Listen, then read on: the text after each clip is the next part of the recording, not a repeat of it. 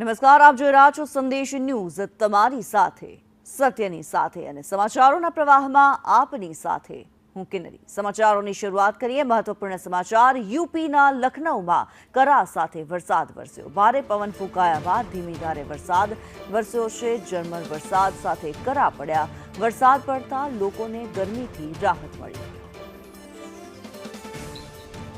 યુપીના લખનૌમાં કરા સાથે વરસાદ વરસ્યો। વાતાવરણની અંદર એકાએક જ્યારે પલટો જોવા મળ્યો છે। ઝરમર વરસાદ સાથે કરા પણ વરસ્યા હોવાનું સામે આવી રહ્યું છે। લોકોને ગરમીથી રાહત મળી છે। જે ગરમીથી ત્રસ્ત લોકો હતા તેમની પરેશાની દૂર થઈ છે।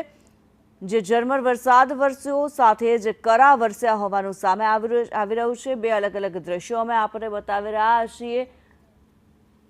લખનૌના આ દ્રશ્યો છે જ્યાં વરસાદી વાતાવરણ જામ્યું હતું।